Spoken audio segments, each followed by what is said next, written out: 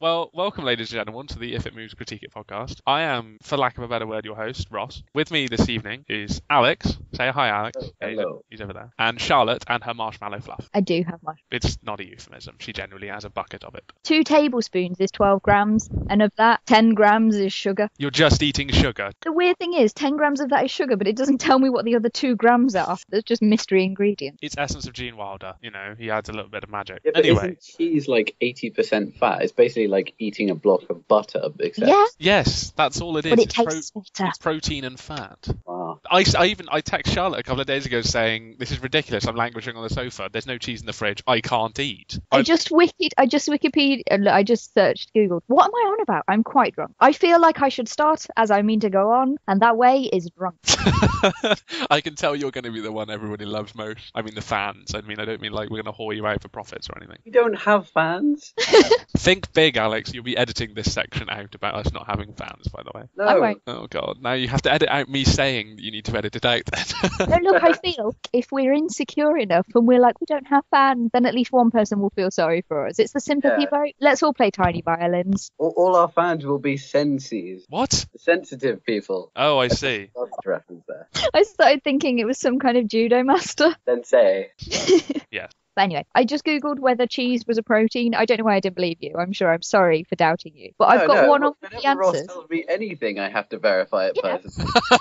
I have one on Wiki Answers, which is literally my fave answer to anything. It says, is cheese a fat or a protein? And someone's answered, cheese is cheese. Cheese is cheese. Do not question it. I feel like that's a really deep and meaningful kind of statement about the world in general. Cheese is cheese. Exactly. You can't get away. Charlotte, your profile picture has just come up. Why is your profile picture a bunch of pigs? It's sheep. It's sheep-coloured sheep from Latitude because they dye the sheep. As far as I can tell, Latitude is full of Bill Baileys of all ages. It's amazing and we all should go. Okay.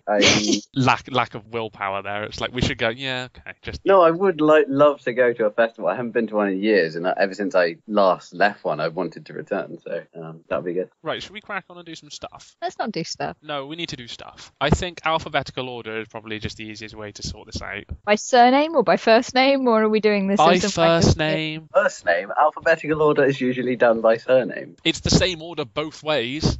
Okay. That's very true. Pointless like- discussion number 1 there, ladies and gentlemen.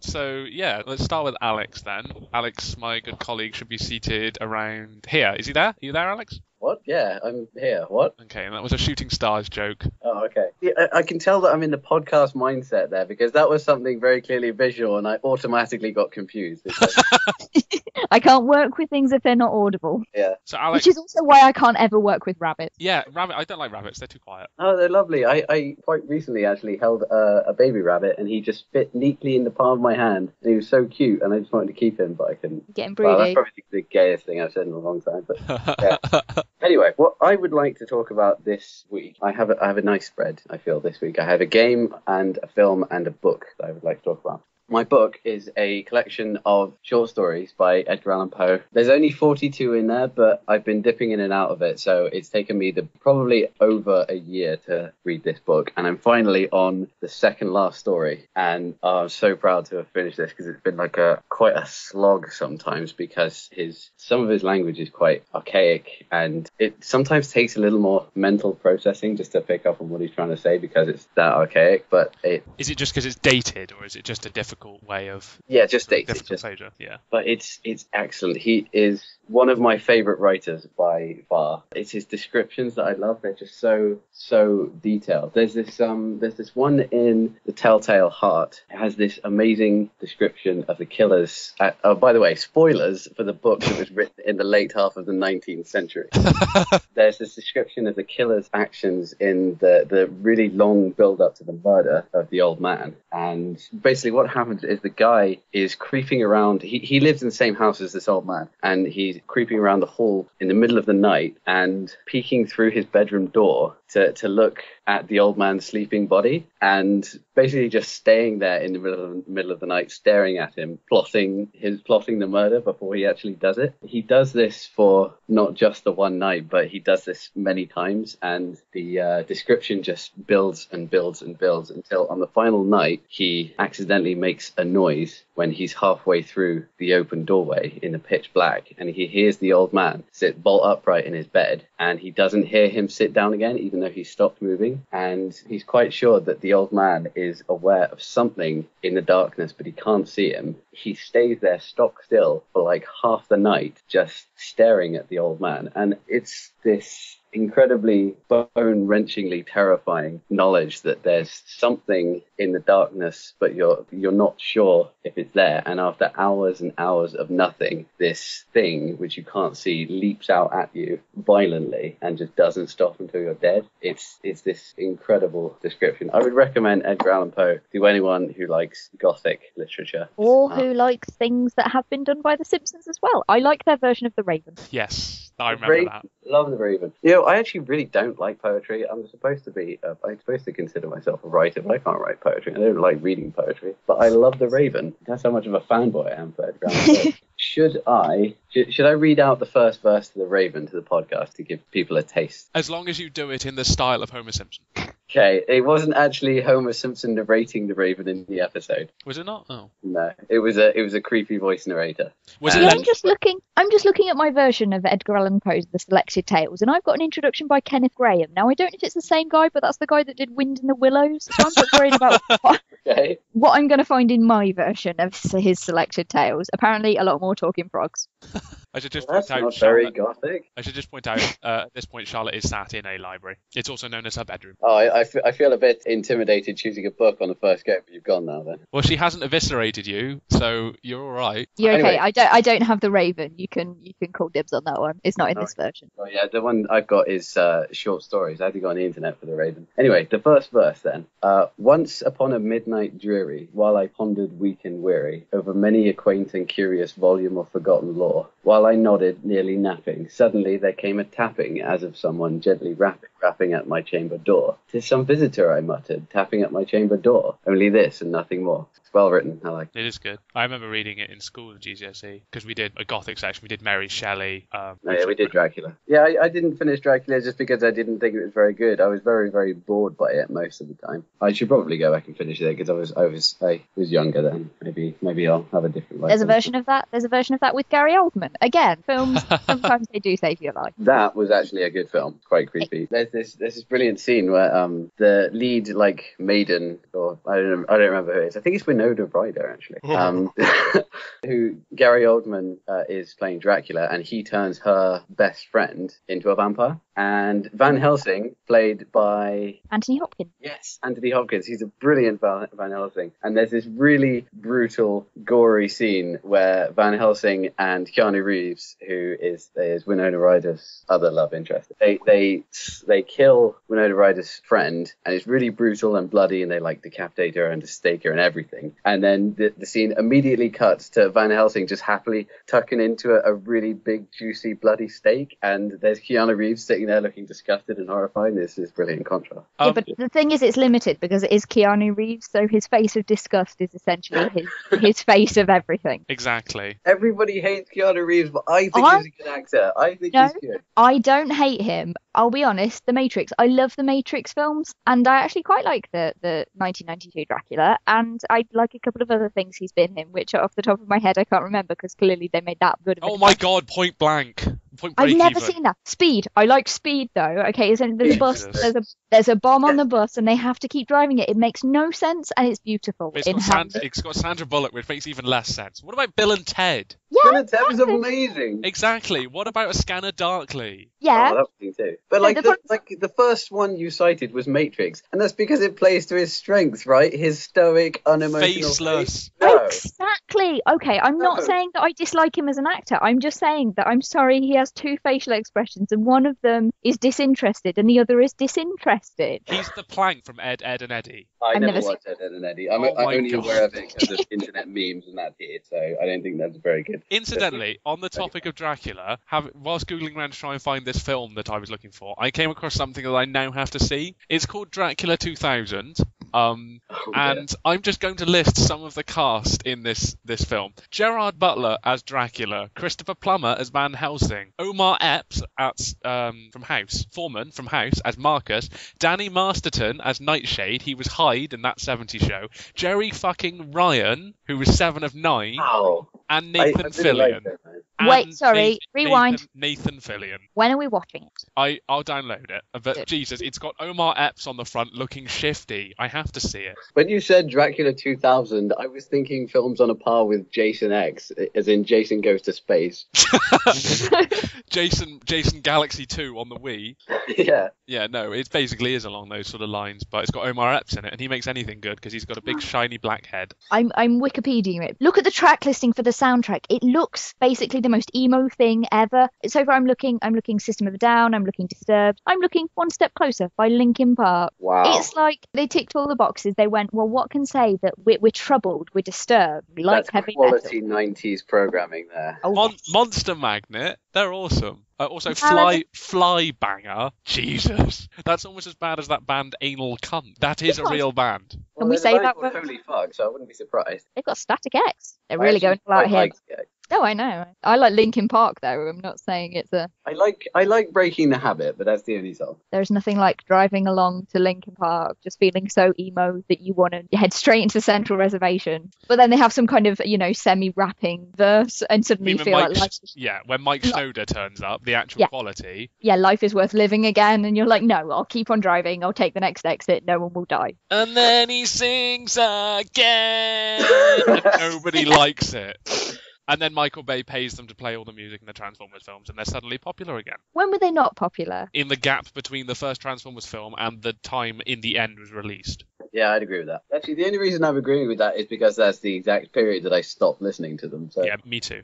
Alex, didn't you have a film to talk about? Yes, a film. Yes. Oh, a film. I watched the other day The Fall. Have either of you heard of it? No. Okay, nobody's ever heard of it. That's why it's always disappointing. The director is Tarsem Singh. Do you know who he is? Yes. Good. We're getting somewhere. Oh, the guy also did The Cell and The Immortals. Yeah. That's the one. Immortals is the newest film he's done. Give me a synopsis so I know what we're talking about, because okay. I may know it when you describe it. I'm currently going through a Tarsem Singh. I'm just bumming him through the next wall. He's only ever had 3 films. He was second unit director on Benjamin Button. Okay, yeah, that's something else he did. Which film would you like the synopsis of, Charlotte? The one that we're talking about. The Fall. Right, The Fall. Because we could synopsize Titanic, but that's not really relevant right now. Near, far, remake it in 3D, make 1,000,000 billion monies, and put it over the top of Avatar. Sorry, I won't sing again. I promise. 3 strikes and you're out. Okay, so the IMDb synopsis of The Fall is: in a hospital on the outskirts of 1920s Los Angeles, an injured stuntman begins to tell a fellow patient, a little girl with a broken arm, a fantastical story about 5 mythical heroes. Thanks to his fractured state of mind and her vivid imagination, the line between fiction and reality starts to blur as the tale advances. So basically, this section in the hospital is this grounded in reality, quite that sounds like Sucker Punch. Yeah, it works a little bit in the same way, because the other world that you see is this complete fantasy setting, and it keeps returning back to the reality of the hospital. And so even the scenes in the hospital are beautifully shot. They're more bland because there's a lot of greys and whites and things in a hospital. But this imaginary world is set in this desert landscape, and his use of color in all his films is just incredibly striking always. The first time you see the desert, it's this huge backdrop of crystal clear blue sky on this bright orange wall of sand going up into the background, and the camera cuts to a horseman on top of the dune, and he's wearing this, I think he's wearing this golden armor and this red sort of Roman plumage on his helmet, in like very much exaggerated and very vibrantly red. Costumes are always extremely exaggerated in his films, and they always look amazing. But the reason why I like The Fall so much is because The Cell, well, it had Jennifer Lopez in it, so it was deemed fail anyway, but The Cell's storyline was pretty much gobshite. And from what I've heard about the Immortals, it's like chest-bustingly bad story.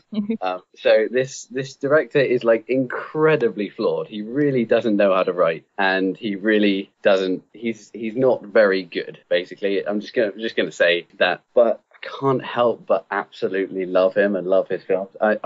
It's enough. The other things that he does well is enough for me to want him to keep making movies, even though he's not very good at doing story. And usually, a good story is the thing that I want the most out of a film or a game. So you're excited about Immortals then? Yeah. Oh my god, I was so pissed off because the entire reason to see a film in the cinema is a film for visuals, and that's what the Immortals is good for. Yeah. And I missed it in the cinema, so now we're gonna watch it on a teeny tiny screen. It's not going to be as good, but yeah, I'm still so excited to see it. I haven't seen it yet. Well, it fits the exact description of what you just said. Yeah. For how he directs. To be damned with the story. I'm just going to make this pretty as fuck. Yeah. So. Yeah. Thing is, action and chase scenes and fight scenes or whatever are very visual, but because I've seen countless Hollywood blockbusters, I'm kind of desensitized and bored to it now. Yeah. So it really has to have something special visually to get my attention, which is why I find I so rarely want to see films specifically in the cinema these days. Yes. And Immortals was one of them, and I missed it. I'm annoyed about that. Yeah, I'd agree with that. There's a lack of spectacle. Well, no, I don't. Well, I don't think there's a lack of spectacle. Every film seems to be trying for spectacle. They're not getting it right. Tarsem Singh is someone who, as I say, he's only done 3 films, and he's had a hit and a miss so far, which is good. Yeah, Not in that order. He's like Duncan Jones as well. Directorial debut was Moon. Oh yeah, Moon's excellent as well. And yeah, do you know he's David Bowie's son? Have you seen Moon, Charlotte? No. Okay, you should definitely see that, and you should see The Fall. You can skip The Cell, but The Fall has a good story, so you can see that. Yeah, my likening him to Tarsem Singh is the fact that they did a cracking film off the bat and then sort of failed with their second one. I assume The Fall came before The Cell. No, actually, The Cell came first, and The Fall was second. He went better then. Yeah, there was a lot of effort put into The Cell, and it had at the time a sort of high-end actress, Jennifer Lopez, as a star. Yeah. It got a lot of. I'm scoffing as well. Yeah, Sorry, I need the point at which Jennifer Lopez was a high-end actress. No, I mean everyone knew about her. I'm not saying she's a good actress. I hate her, but I don't see any films that she's done that would ever be classed as high-end. While she may be expensive, she has never been a high-end actress. expensive. All That's it. the It's just films she's done are shite. the fact that she worked with George Clooney. That's the only reason that she got any respect, I imagine. I'm sorry, she was in Anaconda. What is your problem with that film? Everything It's about Anaconda. It's got Ice Cube in it. It's got John Boy. It's got Owen Wilson and Danny Trejo. What's wrong with this film? Nothing. Everything from story to casting to the snake. And the problem is the film is all about the snake, and the snake is shit. They could at least make some Freudian jokes, but no, it's just shit. It's also got Eric Stoltz in it, whose name I can never remember, but everybody apart from me knows him as the paedophile from Butterfly Effect, and I know him as Daniel Greystone from Caprica. And I think paedophile from Butterfly Effect is a better thing to be known.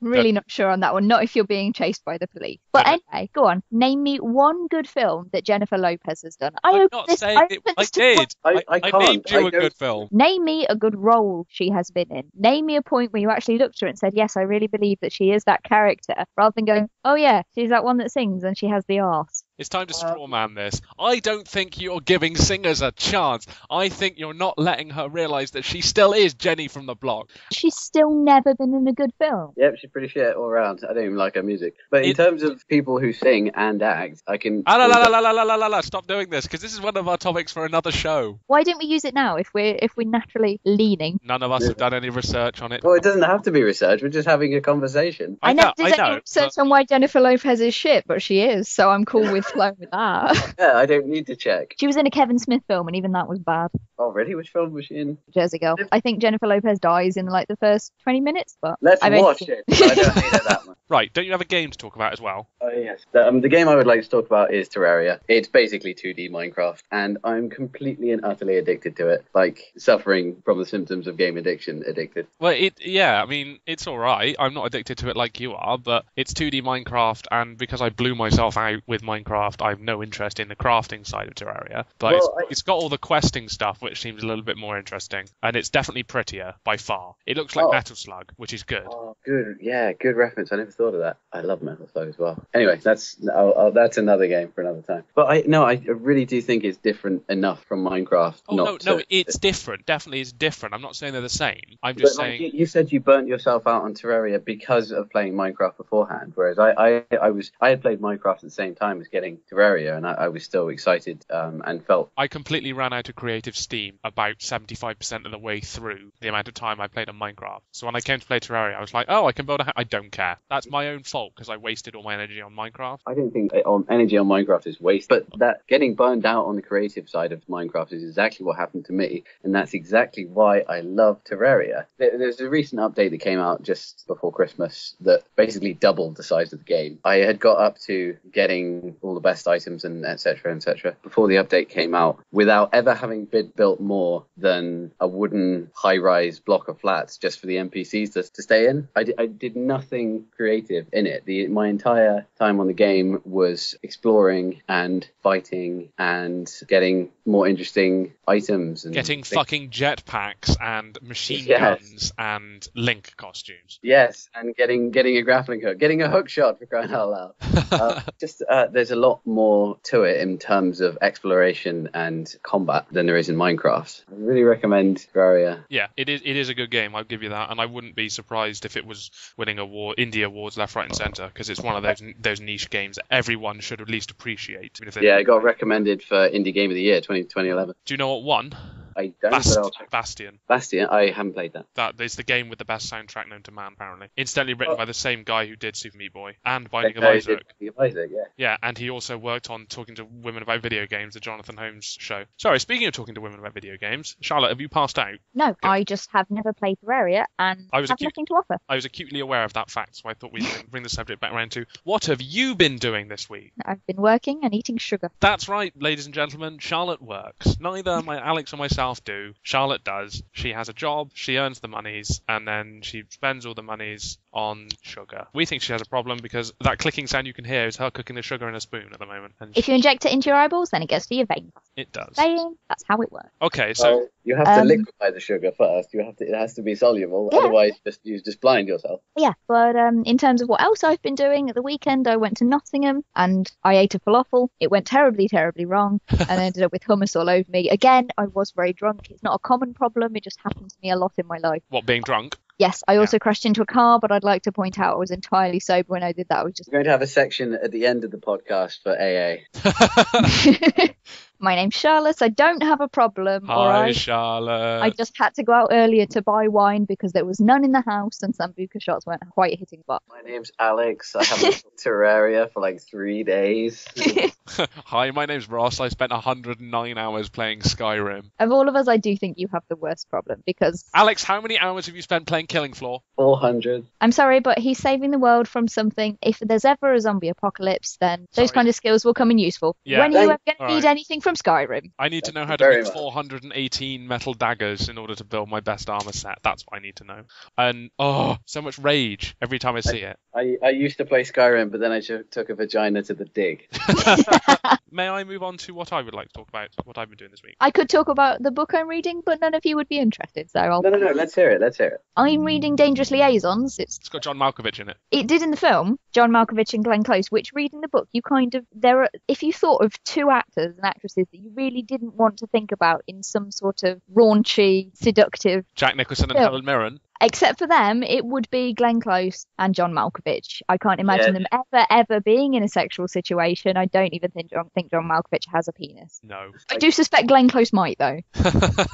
That's mostly in the name. I don't know who Glenn Close is, but I often thought that John Malkovich is one of the most uncharismatic men ever. Glenn Close is the one in 101 Dalmatians and That's Hugh Laurie. Fatal Attraction. Sorry. Hugh Laurie's the other one in 101 Dalmatians. One of the other ones that isn't a dog. I am interested to hear about this, but I should warn you that I have neither read the book nor seen the film. So that's absolutely fine. Basically, it's about a bunch of French nobles who are shagging around or trying to plan how to shag around or getting other people to shag around. Have you ever seen Cruel Intentions? Yes. Yeah. Yes. Imagine if that was set in France a long while ago. It's the same story. I actually think Cruel Intentions was based on the book as well. So Jeffrey Rush is in that. In Cruel Intentions? Yes. No, he's not. not. Yes, he is. Who else? A random Australian guy at the beginning I think he's having an affair. He's the cheating husband, I think, of one of the cases. You're not thinking of the same film I am. Cruel Intentions has Sarah Michelle Gellar, Ryan Felipe, Reese Witherspoon, Selma Blair. Oh, I'm having to find it. The fuck is this film called? No, I don't want to talk about that film. It's a terrible film. No, Intolerable Cruelty. Sorry, my bad. Yeah, Cruel Intentions is the one where there's a lesbian scene between Sarah Michelle Gellar and Selma Blair. Oh my God, if you see it, so you'll remember. That particular scene just got famous around the film. Yes, that particular scene got famous because of the slight string of rules. Yes. Oh. I was wondering whether or not it'd be too gratuitous to bring that up, but yes. I'm gonna have to YouTube this, aren't I? I don't find Sarah Michelle Gellar attractive though. It doesn't matter. What is wrong with you? She is amazing. I challenge you to watch this film and not want to do her. Yeah, okay. I'll watch the film. I challenge you to watch a single episode of Buffy the Vampire Slayer and not want to do her. Watched Now, every some of the single later episode in the last 2 months. Some of the later ones I wouldn't. Why not? Some of the later ones she just gets a bit mumsy and a bit like, I've got to all be sensible, and I'm like, no, go back to wearing leather and stabbing people. She's Yeah, the that's a good worst point. character in that TV show. What? No, she isn't. Yeah, she is. I watched Dawn? all of the... Yeah, Dawn. okay, apart from Dawn. Dawn's not a character. She's a waste of space. She is a magic key.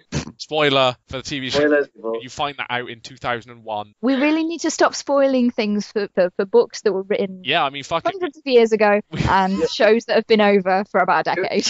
Either that, or we just start every single podcast with this huge list of topics that not going to want to listen to the podcast. Bruce Willis is a ghost. I just thought I'd put that out there. I feel like we've done it all now. Let's move on. Yeah.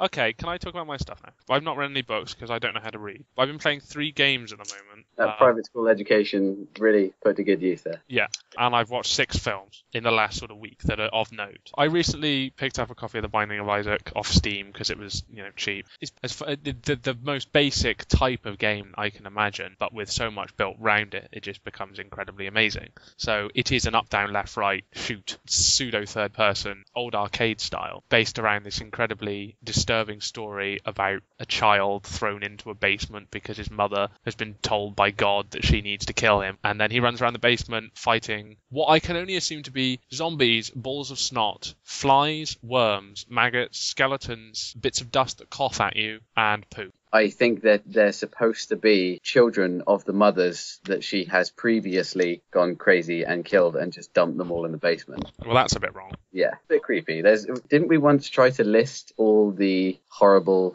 aspects of Binding of Isaac? Yeah. Infanticide, scat, neglect, child abuse. Zombification. Yeah. Rotting corpses. The trader in the game is a guy hanging himself. Yeah. It's an amazing game. All for the low cost of £1.99. But no, it's definitely one of those little artsy, fun indie games that every now and then, like one in every 15, I will really enjoy. Machinarium was the last one I absolutely loved. They usually pick them up in the Humble Indie Bundle for as little as I can get away with. Most of the time, they're just very forgettable. VVVVVVV, and yet it still moves. Just gobshite awful as far as I can tell. Bit Trip, something like that. The Bit Trip series, I think there's 5 or 6 games in the series. Okay, well I've only got one of them, and that is awesome. It's music-based side-scrolling. Yeah. As you progress along the level, the more things you jump over, the more music builds up from like a simple beat to like a full orchestra. I don't even think that's the right word, but it's pretty awesome. But basically, Binding of Isaac was one of those little artsy games that I quite enjoy playing every now and then, but I've noticed I cannot be bothered to get the billions of items you're supposed to get to finish it, quote unquote, finish it. I seem to have had a much better track record for enjoying indie games that you have, but I think that's because I'm a pretentious bastard and I like to read into the I'll go with that. little nuances of the choices of the indie developers. I'm all for pretension in games and things like that, but if the gameplay itself isn't entertaining, then I won't play it. For example, I played Atomic Zombie Smasher, which is just the same series of levels, slightly like Risk, but there are zombies, but they're not zombies, they're just green blobs, and you have to rescue the pink blobs and the green blobs. Could not be more basic. It was just because the gameplay was a lot of fun, I played it. You see something like Jamestown, for example, or Hammer Fight, which has some batshit off-the-wall story, but a very mediocre gameplay. Very, very strange, because the Atom Zombie Smasher was one of the few that I really didn't enjoy, and that was because of the gameplay. I thought it was fiddly and boring. Jamestown and Hammer Fight, actually I'm quoting more of the visuals here really, but I thought they just looked impressive and were worth continuing to play. for that. But So in indie games, I guess you can find what you want. Yeah, indie. It's very much they are indie because they're not for everyone. That's the whole point. I mean, obviously, indie stands for independent, but indie is also pseudonistic, if that's even a word, Charlotte. It is now with sort of niche, because it's almost like if you're an indie developer, you're obviously not going to have all the advertising and the money behind you. So you're going to be making something that you like. You linked on your Facebook wall a while ago, Alex, about a game of a spy breaking into buildings. That was one guy making a game. So obviously that's going to be very niche. It's not going to be something that's going to be whatever Gun Runner, I think it was called, something like that. It doesn't have all the money behind it to have all the different sort of expansions to it. It would just be the finished article that the developer wanted to make. It's just indie games are very self-indulgent for the people making them, and you have to be of a like mind to the developers in order to enjoy them. Whereas majority of quote unquote popular games are very bland and open to quite a lot of people, very generic, in my opinion, anyway. Interesting that you mentioned like one guy making the game, because that happens quite a lot in indie games. Terraria is an indie game, and I think it's only two guys on the production team. One guy doing all the coding. It's amazingly fast at doing that, and the other guy just doing all the PR. And, so basically, you have a coding gimp locked in a room somewhere. Well, the game is his idea originally. In this scenario, it's more like the guy hired a PR gimp. But yeah, I see your point. But yeah, support your indie developers, people. They're all poor and they need feeding. Yeah, exactly. If you don't know about the Humble Indie Bundle, Google it. Basically what it is, it's a selection of indie developers will chuck their games up for a limited price, and you can pay what you want. As long as you pay a certain amount, you can get all the games. You can choose how your money gets distributed. And it's turned up some gems, as it said, like Machinarium, which is just like Monty Python style animation, point-and-click adventure, which is so much fun. All right, I'll talk about films. Red, I don't know if listeners have seen it or anything, but it's Bruce Willis, Morgan Freeman, Carl Urban, and Helen Mirren, and John Malkovich. It was based on a graphic novel, and it's very big and sort of it's like a mixture. It's based around ex-CIA agents who are now in their 60s and 70s, and they're retired. Extremely dangerous is where the abbreviation comes from. And there's sort of a very, very standard, very well hammered out plot line. Some cover up in the government that only one of the retired agents knows about, and there's some people trying to kill him, and all this going on left, right, and centre. But it's very, very sort of basic plot, kind of like Bourne Identity light. The characters in it are incredibly funny. I think it's one of John Malkovich's most entertaining roles as a paranoid CIA agent who lives in a car. The first time you see him, he is sprung out of a bush wearing a full ghillie suit, wielding a crossbow. By sprung, I don't mean he jumps out. He's actually catapulted out by a mechanism onto a dock, and it just made me piss myself. He also turns into a suicide bomber at the end of the film. There's a lot there if you like any of the actors described in it. Bruce Willis has one of his coolest moments ever. He steps out of a car whilst it's doing a 360-degree spin and starts firing his weapon like the minute he's out of the car. It's very cool. But it's one of those sort of, I hate to use the phrase high octane. The plot's not thin on the ground, but it's not well developed. There aren't very many unforeseeable twists. The acting is what you'd expect from people like Morgan Freeman, Helen Mirren, Bruce Willis. It's just them being them. There's some cool action scenes. A very cool fight scene between Bruce Willis and Carl Urban, who he's becoming a bit ubiquitous, that guy. I like him, but he's getting everywhere these days. I'd like to question a couple of points you just made. When you say it's people like Bruce Willis, Morgan Freeman, and Helen Mirren, and it's what you'd expect, you make that sound as if that's a bad thing. And thinking of the people in films at the moment, I can't think of three actors. I wasn't saying it like it was... Which I'd go, oh yeah, they're mediocre, they're just being themselves. Yeah, no, I'm not saying they're bad actors at all. They're just... Helen Mirren I haven't really seen in anything. I just know she's did well. She did that Queen thing. It was actually Freddie Mercury for a brief period in time. But no, it's basically just like a slightly more romantic version of John McCain. Sorry, John McCain, the one that ran against Barack Obama. Yeah, what's his name? From the Die Hard series. John McClane. Sorry, one letter different. One letter makes a massive difference. Yeah, yippee-ki-yay, motherfucker. Oh shit, sorry, wrong one. I'm actually on a presidential debate. Well, I'm not saying they were bad. I'm saying they were them, which is always of a high standard. They were unsurprisingly good. But yeah, it was entertaining. It's worth a watch if you like. I mean, it's not as bad as Crank because Crank was amazing. It was a terrible film, but I loved it. Exactly. Before you summarise, I do have another point. Yeah. I was trying to think of it, but I was holding a spoon, and suddenly I got a little bit distracted.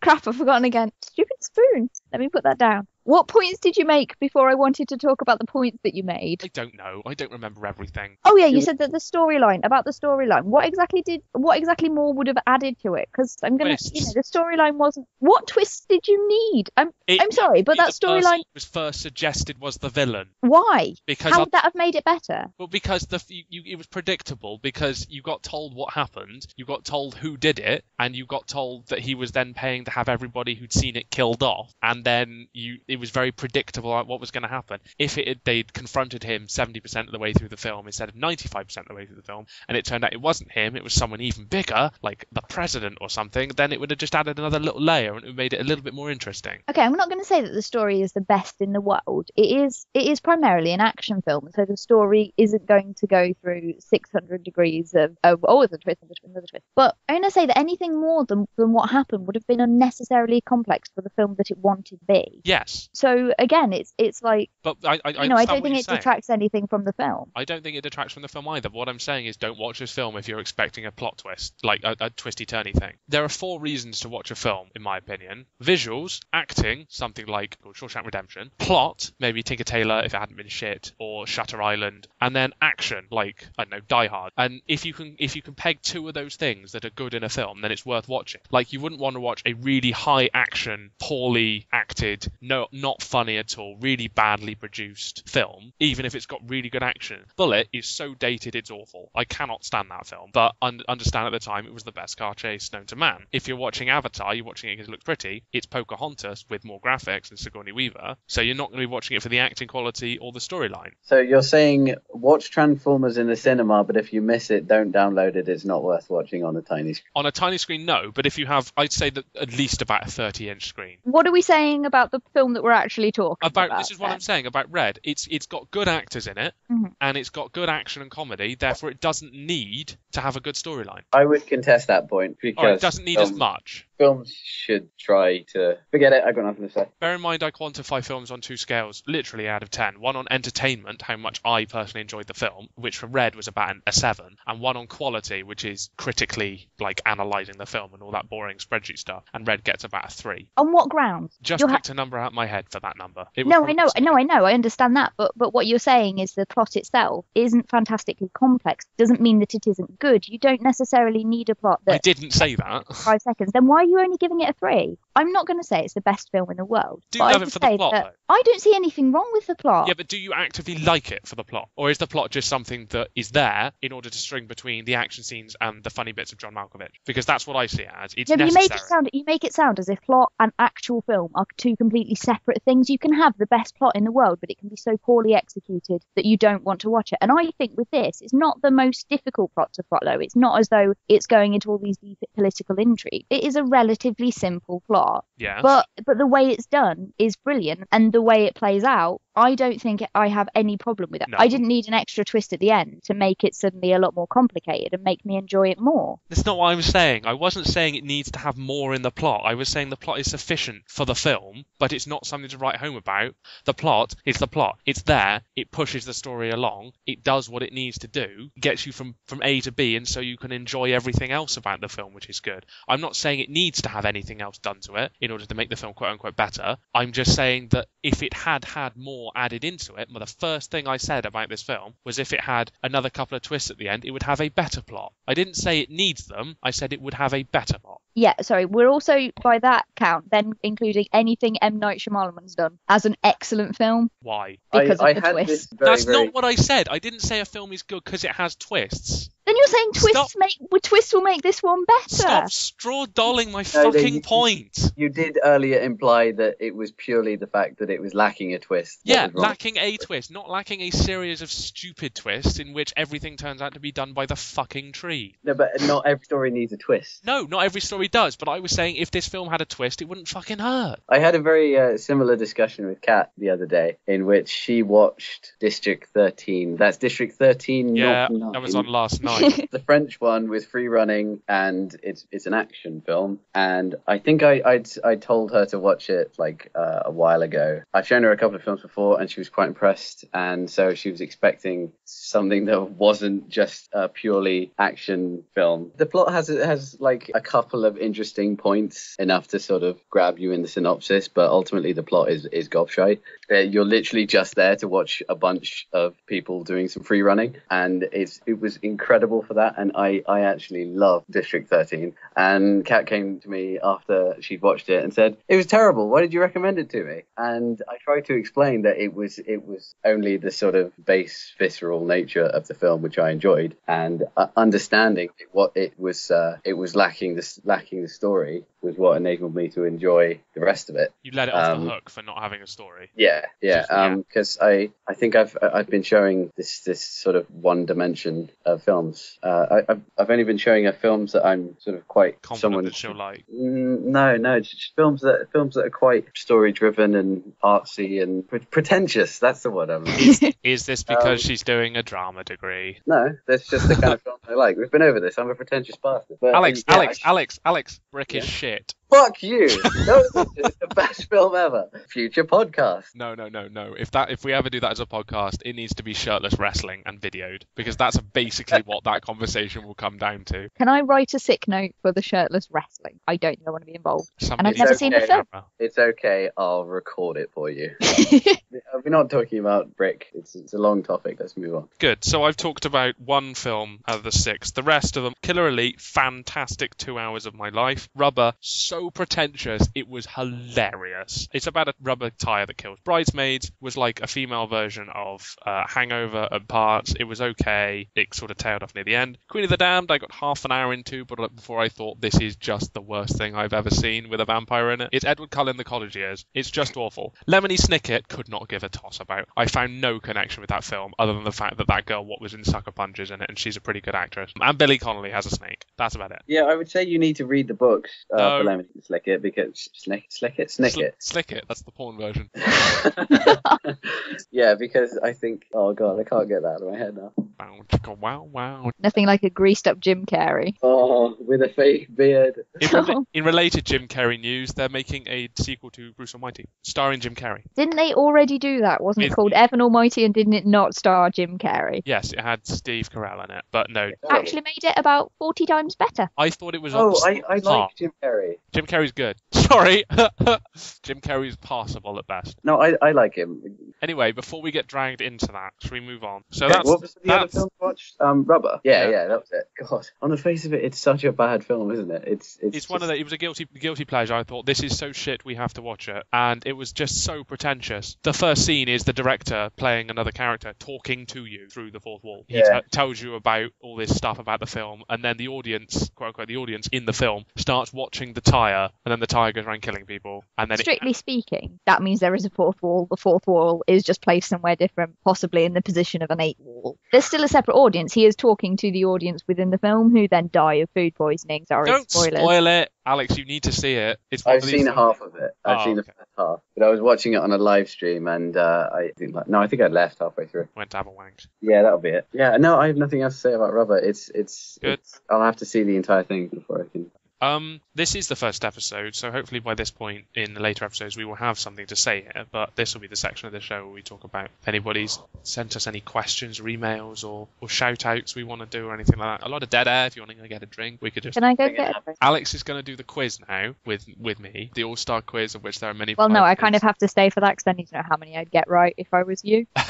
So, over to you, Alex. Right, I knocked this up pretty quickly and with a lot of difficulty, so I apologise. That's what she said. Things you say before sex. Okay, ready? Okay, well, explain the rules. Right, okay. Well, I am going to ask you a series of questions, 5 to be exact. For every question you get right, you get 2 points. I will give you 1 point for the question if you get it right, if you needed a clue to get the answer. It's out of 10. It is indeed out of 10. And I'm not Googling anything, I promise. Okay, and in this modern day, we'll just have to take your word on that, so have some faith, people. You ready? Yeah, bring it on, bitch. Okay, question number 1. Who is the director of the 2012 film Mirror, Mirror, The Untold Adventures of Snow White? It's not out yet. Tarvin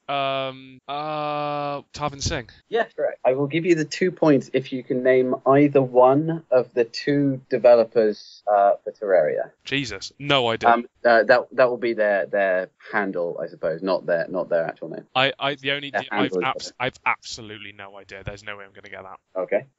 Who will play the evil queen in the 2012 film Mirror Mirror? Oh shit! I can see her face. All right, can I have a clue? Yes, you can. Your clue will be a Family Guy reference. I'll get it then. So it's okay. I didn't die. Me. All I can think of is Cheryl Teagues, and I know it's not Cheryl Teagues. Not Cheryl Teagues. Oh, I'm gonna have to pass. I don't know. Okay. List 3 male characters over 50 from Red. Bruce Willis, Morgan Freeman, and the character names. No. The actors. And John Malkovich. Sorry, I should have said actor names there, but there we are. Marcel Wallace is not one of them. Marcellus Wallace. Yeah, he's not one of them. Yeah, isn't that the guy from Pulp Fiction? Yes. No, wait. Does he look like a bitch? Anyway, question number 5. The name of the singer/actress who played the Queen in Queen of the Damned, who sadly died in 2001. Alicia. Was it Ashanti? I can't remember. I'll go with Ashanti. No, she's not dead. I always do this. I always say Ashanti's dead and she's not. It's she was in Buffy. It begins with A. Is it a liar or something like that? Fuck, I didn't even get that far. I stopped watching after half an hour. I'm going to go, it's something like a liar, but can I have the clue? Is there a clue for this? Shit, I didn't get a clue for this. Hang on, I'm going to go to IMDb and try and find a clue. Wow, I'm just going to say a liar because I can't be bothered to make you do that. Yeah, you are right. Hey, what did I get? What did I get? Let me see. You got 6. 1, 2. Yeah, you got 8 actually. Fuck what? Jesus. Yeah, the only one you missed. What? No, sorry. You did get 6 because you missed number 3 as well. I wasn't keeping count all the way along. Yeah. So the answer to number 1, who is the director of Mirror Mirror, is indeed Tarvin Singh. The number 2, the 2 members for the development team for Terraria are Redigit or Red and Blue. Redigit is the guy who does all the coding. He's amazing. He's just so damn fast. And Blue is the PR monkey. Who will play the evil queen in Mirror Mirror? That was Julia Roberts. Oh, fuck. I can see her face now. Yeah, it is, isn't it? You can see her 6-foot-high wall of searing white tooth enamel face. For Red, Morgan Freeman, Bruce Willis, John Malkovich, you got that. And yes, it was Ilia, or however you pronounce that. Is there 2 A's at the beginning because she's pretending? Yes, there are. Awful name. You don't have 2 A's. Think of all the Aarons in the world you're going to come first in the alphabet in front of. Her mother was an aardvark. I think we're just being unnecessarily cruel right now. That's a real person. So that was the first quiz, which I Yes. got 6 of. 6 out of 10. That's quite a good score. You got more than half, so well done. Awesome. Well, next week it'll be me asking Charlotte. So stay tuned for that, eager listeners. I will cheat. She will. She cheats at everything. If Charlotte doesn't get a perfect 10 in every single time she's asked a question, then we need to worry. Right, should we talk about 3D then? Yeah, go on then. 3D in media, so across films, television, and then to a certain extent gaming as well. So as expansive as we like on the topic, really. Yeah, pretty much. Using as an analog the rise of HD TV as it came to power under the steam engine of the proletariat in 1930s. Right? Wait, no, that's something completely different. Hey guys, I've got a new idea for the fad. 3D in books. Oh wait, they've always been that way. One thing we can scratch off the list of things that need to fuck off in 3D. Isn't that Braille? Yes, it is Braille. Are you saying all blind people should fuck off? No, I was actually just talking about the fact that a book is in 3 dimensions, not necessarily Braille, but technically in 4 dimensions at least. So 3D. So if I just rattle off some stuff and start talking, so I've been doing a bit of research about this, and if you want to come back at me, bro and girl, about anything about this. So obviously 3D is, we're differentiating here from 50s 3D with the red-blue shades, which you get in the back of cereal packets and things like that. It then came back again in the 80s in exactly the same format, and now it's come back again like a circular virus of herpes or something like that. It keeps reappearing, and except this time with new technology. This time with James Cameron money. Yeah. It's a topic of hot contention in the industry because there are films who use 3D as gimmicks, there are films who use 3D as tools that in effective ways. There are people who like it, people don't. I am outright going to state I am an advocate of 3D as an advancement of the technology of cinema. In a similar line, would you care to state your views, Alexander Colgan? I don't like 3D. Charlotte? I also do not really like this. Then I shall be the white knight of three-dimensional film. So whenever anyone says 3D, what film instantly comes to mind? Avatar. Exactly. Avatar, the James Cameron 2009 film. Pocahontas 3, which had a budget of $237 million, which I'm pretty sure is more than the GDP of some African countries. I bet you it isn't the GDP of a small African country. You know Apple owns more money than the American government, right? Yeah, I heard about that. It's absolutely terrifying. Just want to throw that one in there. So yeah, it's $237 million budget in 2009 to produce, and it came out in November the 12th. According to IMDb, as of the 25th of November last year, it had grossed $2,782 million worldwide. So that's approximately 12 times its budget in 2 years. Now, wow. You can't argue with monumental success financially. Well, whatever you think about the film, financially it's been a huge success. Even so much as we saw Mr. Bean's face on a Navi. I mean, I think that's the point. Your film has made it. I should probably point out my hypocrisy, because I actually liked Avatar, and I liked it because, a big part of it was because of the 3D that I liked it. Yeah. But literally, that's the only film in which I thought 3D added anything worthwhile to it. Aside from the nature show and film that I saw in a museum before the new technology came out, in which a shark in a blue and red hue flew over my face. That was yeah, I don't like that it's just taken on this sort of steamroller-esque force within the whole media, and everybody wants it, because I disagree that it's worthwhile to keep making films in 3D. Okay. It has to be something incredibly specific to require the use of it in a film. Sure. I mean, even Avatar, it was unnecessary. It was just done to such a high standard that it was good. I mean, if not, it's so rare that a film has James Cameron's money that it's going to be worthwhile. And it even detracted from it in the sense that Avatar is such a visually stunning film. It was beautiful, and there was so much color in it. In fact, people use primary colors very, very rarely. Halo used primary colors really good. And then it started using brown. Yeah, and Halo then 1 didn't stop. Halo 1 did that. Anyway, but I found myself taking off the 3D glasses and watching a slightly blurry screen just so I could see the colors properly, because you've got that darkness that it takes away some of the brightness of the screen because of the glasses that you have to wear. Yeah. Glasses is something I'll come on to later, but the glasses are a bit naff. And having to wear 2 sets for people who already need them. Yeah, and Cyclopses can't be. No, that's a genuine concern. Somebody was complaining in an American cinema, they have a glass eye, and they were complaining that they weren't getting a service of 3D. Yeah, but surely in that then they could say that with any film. Anything that requires the basic depth perception, you'd be like, well, sorry, that character just walks behind another character and I can't quite cope with that. I had a lot of fun thinking about the guy from 300 who tells the story after he lost an eye. David Wenham. Because, I didn't know the actor's name. But Leonidas did not send him away because he was a charismatic storyteller. No. He sent him away because he tried to do a spear jab and he fell over when he missed and the entire phalanx collapsed. Either that or he has to shake his head from side to side, try to use parallax to see properly, and it just looks like some pigeon. Incidentally, the fact you don't know his name hurt me a little bit inside, because it's Faramir and the assistant from Van Helsing. I know he was also Faramir and the assistant, I just don't know his... Oh, okay. That's fine, then I'll stitch up my heart. Apparently it's not what it says on his driving licence, it's Faramir brackets.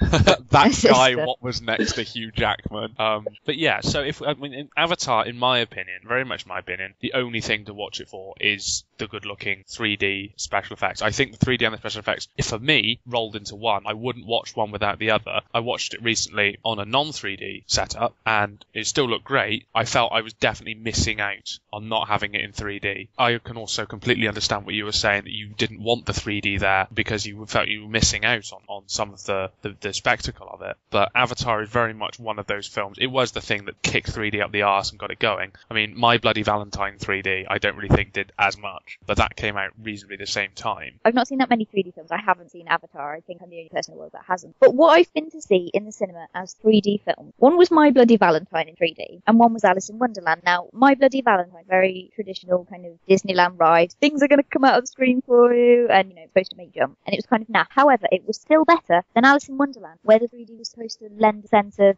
greater depth. Yeah, and the 3D in Alice in Wonderland was post-production, by the way. It was shockingly poor. Yeah, they always are. But the problem is that film had quite a high budget. I'm not going to let it off it being naff in 3D on the grounds of it was post-production, because that isn't an excuse. If they can't do it in the film, then they should do it. If they're not going to do it properly, why bother? I paid an extra £2 to essentially look at it and go, well, yeah, nothing's different. Whereas, at least with My Bloody Valentine, I had at one point an axe swinging at green and 1.3D porn. There is that. That is the future. Actually, that's what I remember most about Piranha 3D, the 3D boobs. Oh, thank you for bringing me on to the next topic. The next thing I wanted to talk about. So if we can sort of categorize films into My Bloody Valentine and Avatar. I mean, correct me if you disagree with this, but as films that 3D is integral to the film, whether it's a good film or not, the 3D has been tied in to be fairly integral to the film. Are you including My Bloody Valentine in that? Yeah, I'm saying that and Avatar, because it was My Bloody Valentine 3D. Okay. Piranha 3D is sort of in that as well, because it was just a case of, hey, let's rip some guy's cock off and have it float around in front of you in 3D. I mean, you just take anything that happens in that film and just tag in 3D on the end of it, and that's probably why it was made. Now, don't get me wrong, I thought Piranha was a fucking brilliant film. I think the entire film was worth watching in 3, just for that moment when the chick throws up over the side of the boat, but the camera is angled towards where the vomit is going, and Will just yelled, "Oh, not in 3D!" That film was clearly 3D is a gimmick, let's make a film that's a gimmick. And there were a load of other ones knocking around at the time, like Spy Kids 3D, when they introduced smell-o-vision. Yeah, you had like literally scratch and sniff pads to smell, I think. Or I might be making that up. I think it was called 4D because they had something else. But they've had that in... There's supposedly a 4D cinema on the pier on Western Beach. I'm assuming that when there's it's raining or a wave, some attendant at the front of the cinema chucks a bucket over the audience. Literally, that has been in places like Universal Studios for about 15 years. All right. They do things like I think they show Indiana Jones. You know all the rats in Indiana Jones, and it's Last Crusade. Well, they blow a little bit of air underneath all the seats by your ankles, and it feels like rats running past your feet. Yeah. So it's this thing, it's this new technology that people are making use of to make gimmicks like My Bloody Valentine, and especially things like Piranha and stuff like that. I think we can leave Avatar as the seminal 3D of this generation, because I mean it's not untouchable, but it used 3D quite well, so I don't really want to lump it in together with things that use it as a gimmick. 3D is a gimmick, that's the point of it. It's something slightly new. I don't agree. You can't say that just because Avatar is prettier than other films, it's any less of a gimmick, it's any less of a drawing point for the audience. I don't agree it's always a gimmick. I think it's an artistic tool which, if used correctly, can be used incredibly effectively, i.e. Avatar. I think it's a gimmick as well. The fact that some titles choose to push their film because it has 3D in it, as I said, like Piranha 3D, My Bloody Valentine 3D, things like that. They're using 3D as in, look, it's amazing, you get to see disgusting things as if they're actually in front of you. Isn't that brilliant? Forget everything else about the film, just come for the gore. It's like, I think one of the Saw films was in 3D as well. I think Saw 7 or Saw 8. And I can understand 3D being effective in that, but I wouldn't class it as a gimmick so much. I would class it as a selling point. Whereas with Avatar, it wasn't a selling point. It became the seminal film to deal with 3D, but not by intent. I don't think James Cameron came to Avatar saying, I want to make 3D amazing. Okay, he has. Then why did he invent technology to make it so much better? I was just about to say, the fact that he has the patents on most of the cameras, like all the cameras on, the Hobbit, are James Cameron cameras. So maybe he had something to do with that, but I don't want to get into his business mechanics. I just want to talk about him as a director making this film. He waited 25 years to make this film. He's had this story locked away for ages. The technology has finally reached a point at which he feels he can produce it how he wants to produce it, and he's chosen to use 3D. He's chosen to film it in 3D, but obviously it's shown in 2D and 3D. I feel there is something detracted from it by not seeing it in how he filmed it, which is exactly why I don't like post-production 3D, because I feel you're editing on top of editing, as it were. If someone films in 2D, watch it in 2D. If it's filmed in 3D, watch it in 3D. It's how the director or how the production team wanted the film to be. Yeah, I would agree with that. Alice in Wonderland was post-produced 3D, and I think anyone who post-production 3Ds is just jumping on a bandwagon. That's the impression I get. Obviously, I have no backup for that. I can't quote sources or anything. Every film I've seen that's been post-production 3D has been bad 3D. That's not to say that anything filmed in 3 would automatically be good, but that has even more of a feel of a gimmick than those filmed in it. To me, it is a gimmick wherever you use it. It is an addition onto a film that doesn't necessarily have to be there for me to enjoy a film anymore. So's colour. Yeah. It's the same thing as colour, but 99% of people in Britain, I would guess, would prefer to watch something in colour than black and white, depending on what it is. I haven't quite reached the level of pretentiousness where every film I watch has to be in white and prefer it that way. Sepia tint, or I'm not looking at it. I think with Avatar that it was the first 3D film I watched. This is why I keep calling it the seminal 3D film, because it was the first one I watched and the first one I think made it big as a 3D film in this generation of 3D. The first scene where you see Sam Worthington's character come out of a stasis pod and you can see all the way down the ship. It was amazing. I was taken back. I remember that scene as well. The weird thing is, you see water droplets floating around in front of you. I tried to clean my glasses off the first time I saw that water droplet, because it starts off blurry and then the focus changes further into the foreground where the water droplet is, and I was like, oh my god, that's actually really impressive depth. But that scene where you can see all the way down the pod bay, it might just be because after that I got used to the 3D, but that's the only scene in the film that I can remember 3D seemingly to have a use. The floating mountain scene, right at the end. I don't want to give too much away if Charlotte's going to watch it. It's been this long, I can probably manage without it. Alright, when the lesbians start making out on top of the fighter bomber as they're attacking the Sistine Chapel, and the Space Pope, he's fighting Darth Vader. Right. And the 3D battle that they have, and then Snake turns up. And then Bruce Willis killed Dumbledore's ghost. And then Snape rapes Harry, and it was just so beautiful, so well done. Yeah, anyway, I don't actually remember the float. I remember the floating islands, but I don't remember it adding. I thought that was the best sequence of the film. I honestly did. That final attack on it was just the best sequence of the film. It was breathtaking. But then again, I'm remembering all these things. Bear in mind, all these opinions are coming from 2 years ago when I watched it for the first time, watching it in 3D. It may well have been a case of rose-tinted 3D glasses. It's perfectly possible that I was more in love with the fact that it looked brilliant and I couldn't believe what I was seeing than it was used effectively as a cinematographical, that's not a word, tool. Conversely, what I've just been thinking of as we've been talking, in answer to your original point, Charlotte, as to whether My Bloody Valentine 3D, Piranha 3D are using it as less of a gimmick than Avatar, I think it's probably based more around my personal preference, because I don't really want to see people blood and guts getting splattered all across my face, and therefore I don't rank it as quote-unquote quality entertainment. They're less cerebral. You don't really need to think much when there are just piranhas eating everyone. And what exactly was cerebral about Avatar? What makes it an actual intellectual film?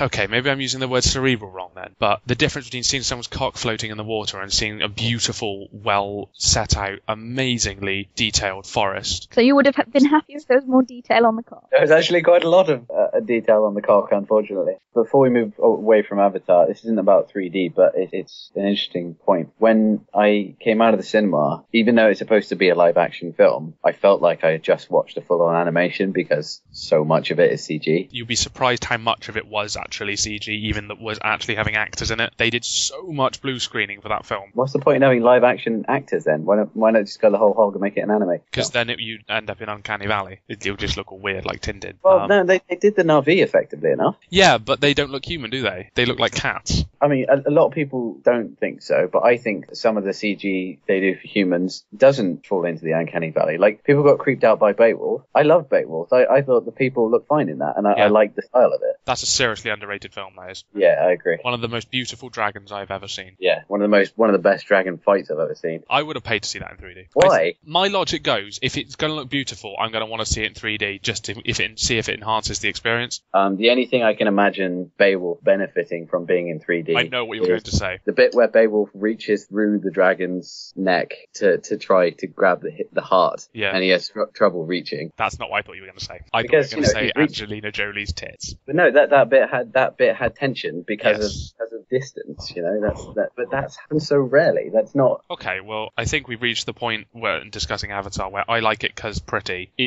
I thought it used it effectively as opposed to other people who used it in a very cheap way. Then again, I have been enlightened, having had these conversations with you two. It's more my personal preference to what type of film 3D is applied as to whether I enjoy it or not, whether I think it's quote-unquote a good film. It's an equally valid opinion to think that Piranha 3D is a better film than Avatar because it fully embraces the 3D and just whores it out and just does it so well, because don't get me wrong, that is a cracking film. I mean, I completely understand what you're saying with Avatar. I think think the idea of it being any less of a gimmick just because Avatar was a prettier film, it doesn't make it more or less effective. I'm sure it looks lovely, but I'm sorry, Final Destination 4 3D, hilarious, really friggin' hilarious. I don't care if that's just because there's rib cages suddenly all over the shop. They're entertaining, but they don't make it any more of an immersive film. I would have liked that film anyway. I would have thought My Bloody Valentine was shit anyway. So if I think something's going to look good, I will go and see it in 3D to make it look better. Yeah, whereas I wouldn't. 3D for me is an addition I don't need to enjoy what it looks like. But yeah, anyway, the next sort of 3D thing to talk about is a film that came out last month, which is called Hugo, and I'm sure if you've been anywhere near the internet, you will have heard about it. This just as a stat comparison to Avatar. Avatar had a budget of $237 million.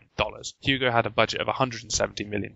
And Avatar made 12 times its budget in 2 years. Hugo, in 1 month, has made $50 million, which is roughly a third of its budget in 1 month. Projections, including DVD sales, means it's going to make the same amount as Avatar, just on a hyperbolic projection. So I think this film is going to be quite good. It's Martin Scorsese. I haven't seen Hugo. I'm passing on information that I've read and I've listened to podcasts and articles about how Hugo is the best use of 3D ever. Martin Scorsese manages to use 3D in a way that no one else has managed to do before. Whatever that means. I mean, I haven't seen it, so I can't say. But okay, I don't really have any money at the moment, but if Martin Scorsese's done a film in 3D, probably should see it. I don't have a 3D TV knocking around anywhere. But do you want a synopsis? Sure. Basically, what it's about: this boy in a train station. He's sort of being chased by Sacha Baron Cohen as the comedy villain. I actually quite like Sacha Baron Cohen as an actor. I do. I'm looking forward to his film Hussein, or The Dictator, I think it's called actually, where he's playing Saddam Hussein. Wow. I know. And basically, Sacha Baron Cohen's a policeman, and he's in France in the,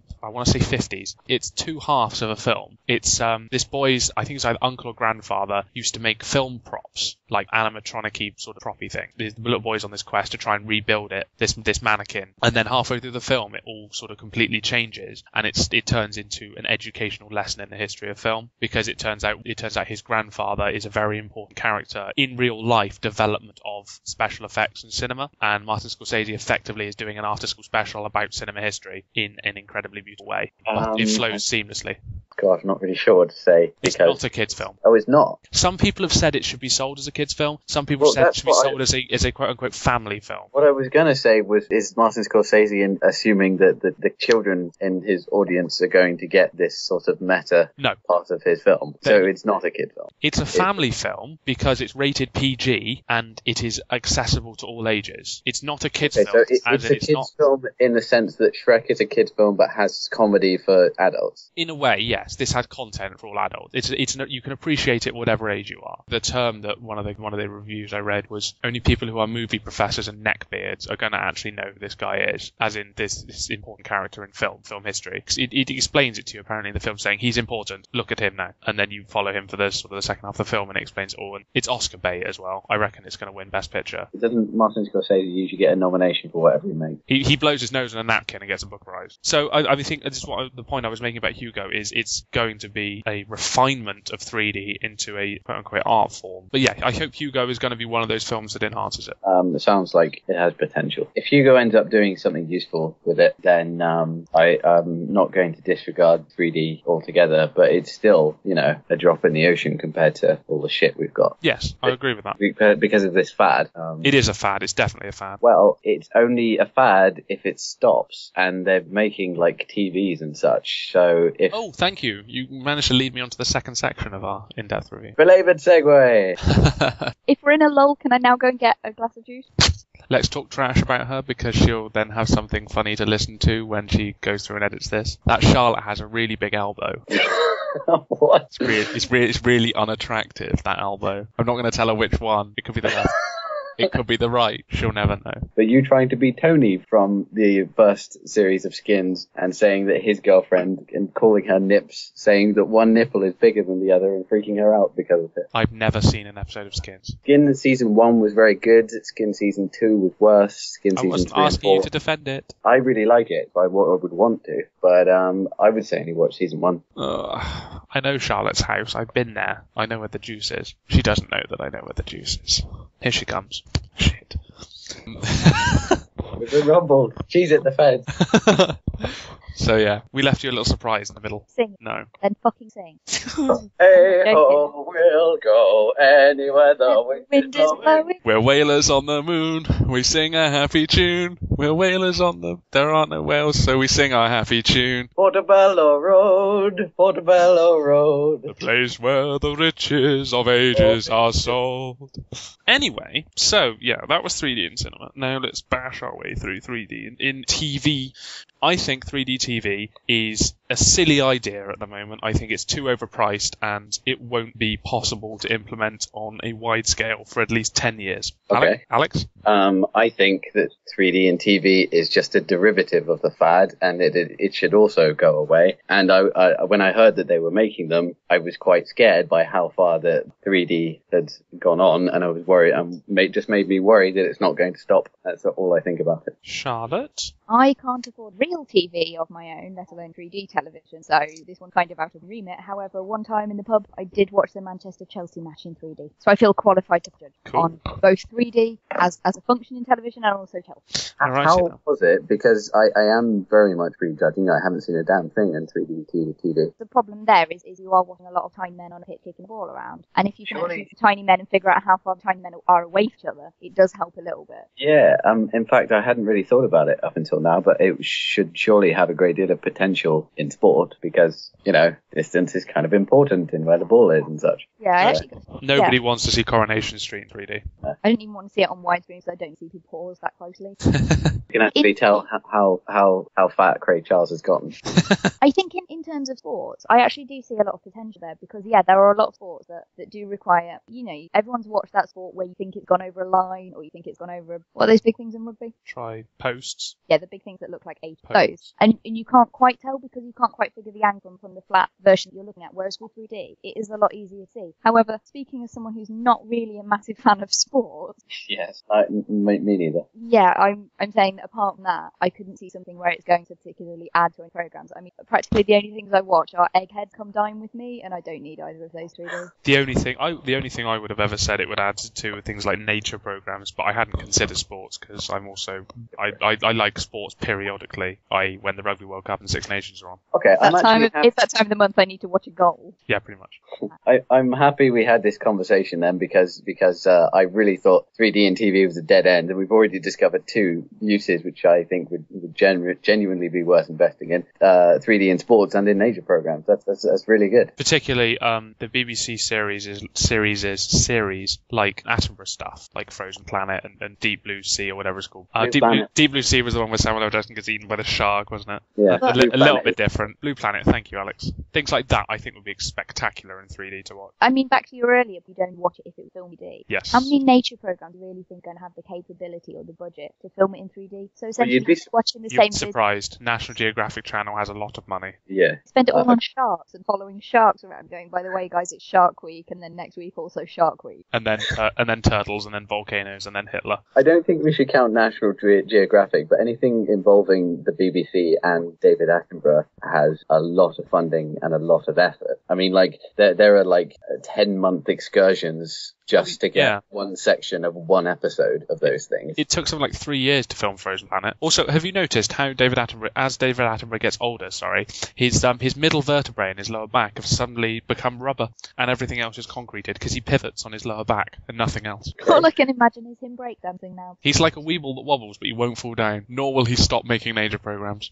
I mean, you say, like, they have budget for it, but in terms of that, they would actually be getting rid of a lot of their audience. If they're filming it in 3D, how are they going to on it back 2D? It's easier to make it 2D and then add the 3D on top of it. I don't know which is easier. I would have always assumed going from 3D back to 2D is easier, but I don't know. I don't imagine it would be if they're filming it like Avatar style, proper 3D, rather than just kind of, I don't know, put red lines on top of it. No, I can see the point. There's a reason to argue either way, but I honestly don't know, so I can't say. Okay, well, I did some research earlier on curries, and an average, what I assume in my upper middle class way to be a reasonable 4-person living room sized HD TV, which is a 37-inch TV. HD, so it's full HD, 37-inch came to roughly, they were all around about £400. An equivalent size from the same company for 3D was £700. I should specify this is shuttered 3D, not shutterless. Between between shutter and shutterless? There are two ways of doing 3D. There is shuttered, which is when you have to wear glasses, in which there is a film over each lens of the glasses, which receives information either through infrared or Bluetooth or wireless communication from the TV screen, and basically it blacks out one eye at a time in between every frame or twice every frame that the TV is broadcasting at you. So, for example, in a cinema, that's 24 frames per second usually. However, The Hobbit is being filmed in 48 frames a second, which is why it's going to be sex on celluloid. So 24 times a second, these shutters, as they are in your glasses, will flash. This is so your eyes see with your left eye, then your right eye, then your left eye, then your right eye, and that is what gives you the perspective of 3D, is seeing it technically from two separate standpoints. And that's why it looks blurry on when you wear it without the glasses, because the image, instead of being overlaid perfectly, is moved to the side slightly, and so you get the blurry edges, just like the old red and blue was. It's just now they have the technology to do it in all spectrums of the rainbow, so red and yellow and pink and green, orange and purple and brown. Brown? Blue. Brown's not in the rainbow. So this is why you have televisions where you have to buy and wear a pair of glasses in order to watch TV, and it's called shuttered 3D. The pros to it being over shutterless. Shutter 3D, you have an 89-degree angle of viewing possibility, which basically means if the TV set is sat in front of you, you can stand anywhere in front of it, even to nearly parallel to it, and you can still see the picture just fine. So the distortion you get from widescreen TVs from sitting on the side doesn't exist, because the 3D appears to follow you, and I think that's fantastic. I was watching a bit of, I think it was probably Coronation Street, in Dixon's with some shuttered 3Ds about a year ago, and it was stunning. It was just amazing. I couldn't see myself wearing the glasses for the whole time I watched TV, but just for that little bit, it was just like cinema 3D, which was just lovely. Unfortunately, you have all the negatives of the fact that you have to buy £40 worth of glasses if you want to watch TV with a friend. If you don't have a friend, which is usually the people who buy 3D TVs, you can sit in your one-bedroom flat with your £2,000 TV and watch television alone. And if you have even one pair of glasses, your toddler and or friend's toddler will break immediately. So. Yes, thank you for mentioning toddlers as well, because children under 11 by EU law aren't allowed to watch 3D television for more than something like 40 minutes at a time. Very well, doesn't it? No, so children aren't allowed to watch films. Yeah, but strictly speaking, you're also not supposed to leave them on their own and let them use the oven, or let them on the internet or anything like that. Or basically, you're not allowed to have them in the kitchen because they'll get killed by all the knives and stuff like that. They can't go outside because they get attacked by rapists. They can't go on the stairs, they fall down, so they have to spend their entire life in the hallway. But the thing with shuttered 3D is obviously if you break the glasses, you've got to buy more and you have to have a certain number and things like that. But the pro of that is the technology is in the glasses, not in the TV. So if the glasses break, you can replace the glasses as opposed to having to replace the TV, which is good. And also they have less headaches, because headaches are an issue with 3D. I got a headache watching Avatar. So if you have the glasses, it's much easier to just take them off and rest your eyes and things like that.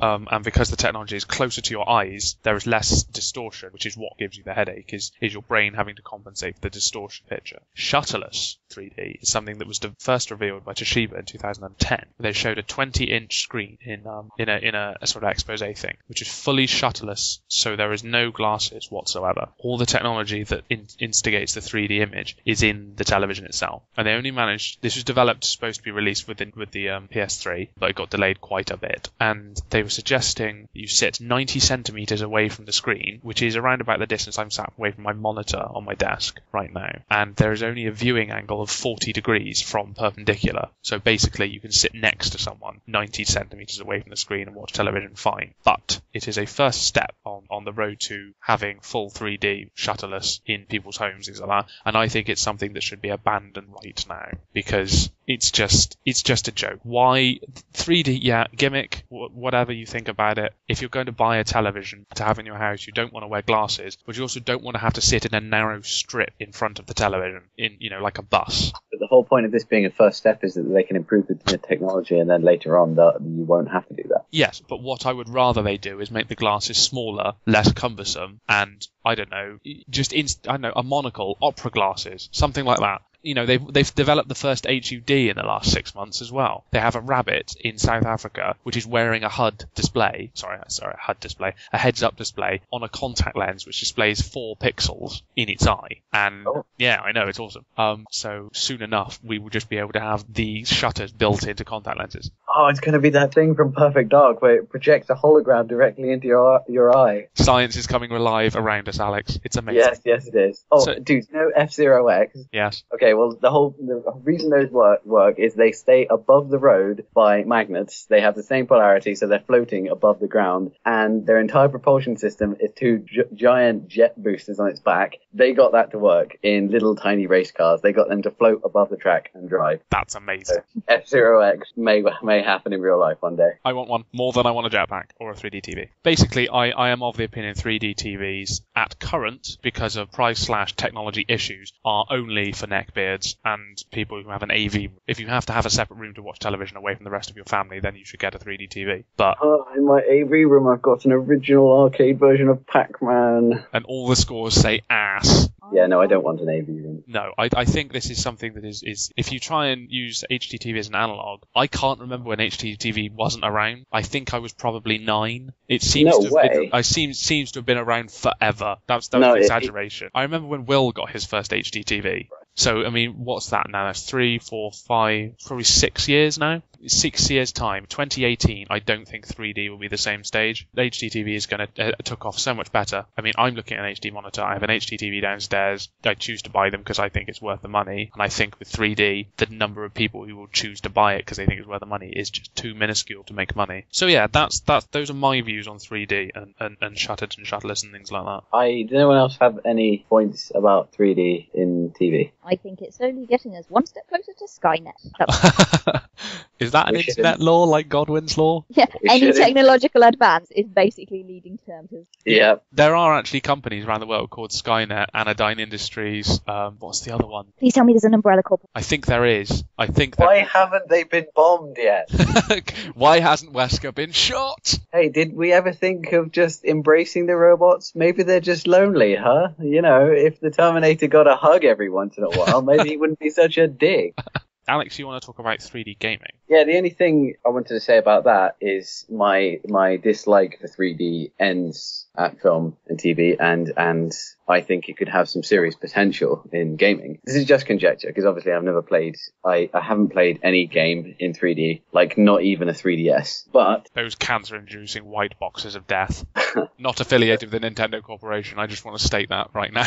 But just, think about it. A first-person shooter yes. would make perfect sense to be in 3D, especially if it's a game where you have to shoot while strafing your enemy, which is most of them. So circle hop strafing. I mean, yeah, we've got along just fine without it, but I think that would genuinely add something useful to it. So yes, 3D in gaming, I am potentially on board with that. Cool. Any thoughts, Charlotte? Yeah, I think it's the same as sports. If you actually need something, if you're actually watching something where depth perception actually helps, then yeah, I'm all for it. Wicked. Good, I agree. Crispy, a friend of ours, told me a while ago that it was completely feasible to buy a little USB jack, whack it into your computer, and it shifts your display into ye olde style red and blue 3D. Obviously, it's only in red and blue, and if you have to put on a pair of those red and blue glasses, but that technology has been around for a while to turn all games into 3D. Well, I say all, turn them into a very poor version of 3D, because I'm sure there would still be depth issues and stuff like that. But that sounds pretty awesome if that could be refined. If it's something that could be a technology in your computer as opposed to a technology in the game. Because it's funny you should mention that, because I'm pretty sure the video card that I have right now has that option. 3D scaling is something completely different. And you're talking about the Crimson Cyan old school version, right? Oh right, no, sorry, I was talking about 3D pixel shading, which is just a way of drawing graphics. What were you talking about? Sorry, I'm talking about the red and. Are you talking about the red and blue ye olde style 3D? Yeah, that's quite cool. If your graphics card can indeed do that. I've never fiddled around with the settings of the graphics card, so I just seem to remember reading something about that when I first took it out of the box. That's very cool. I'd investigate in that, because you can buy a pair of 3D cardboard. You can make a pair of 3D glasses. Your mum used to be a babysitter, sorry, a childminder even. She's gonna have some felt tip pens and some card perspex lying around. The thing, right? Minecraft, it has that option where it changes everything to red and cyan, and I have the glasses. I got them from a cinema like like ages ago. Well, they're the paper ones. You don't need the red and cyan ones, and it doesn't work. I was wearing those, looking at the Minecraft thing, and it was the same as when I wasn't using the glasses and it wasn't in 3D. Then I'm assuming that's what it's going to do to my monitor if I change the settings on the graphics card. So I'm not really sure what's going on with that. I mean, that technology of 3D very barely works anyway. I find it looks. It's only if you tilt the page, as it were, looking back at old like optical illusions and stuff like that. It only really works when there's motion, and Minecraft does move somewhat, but not much. I don't know. It's something that we will see in the next few years, probably coming out. Are we done? I think we're done, aren't we? Yeah, I think we're done. Has anybody got anything else to say if we do all the sign-offs? We're done. Wunderbar. Well, this has been the first official episode of If It Moves, Critique It. Broken our podcast cherry. We have indeed popped it viciously in the showers of the state penitentiary. Yeah, so shameless plugging time. I am Ross, and I have a casual comedy / review blog called The Lazy Empiricist, which you can find plastered all over either my Facebook page, you know where to find it. If not, you can follow me on Twitter, Rossage99. You can get to my blog directly at 2TOO short 2 T single O dance blogspot.com, and do subscribe to our podcast on iTunes. If you just whack in If It Moves, Critique It into the podcast search, it will come up and it will automatically download and do all that stuff that podcasting does through iTunes awesomely.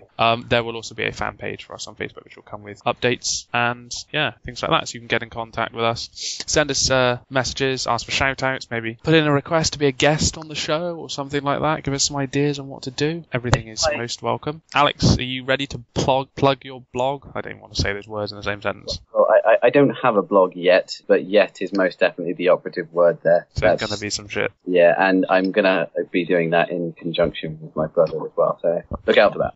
Stay tuned. Awesome. Watch this space run. I have no blog to plug, which is a really hard sentence to say, but I am in porn, and if you want links to that, then go on her Facebook profile, steal some pictures, and open up Photoshop. Please don't do that. Alex, you can edit all that out, please. Just leave in Alex, you dick. That'll be fine. I'm gonna go ahead and hit the stop button in a minute. So yeah, I've been Ross. Alex. Oh, I've been Alex. And I still am and will remain Charlotte. Awesome. And we will see you next time. Bye.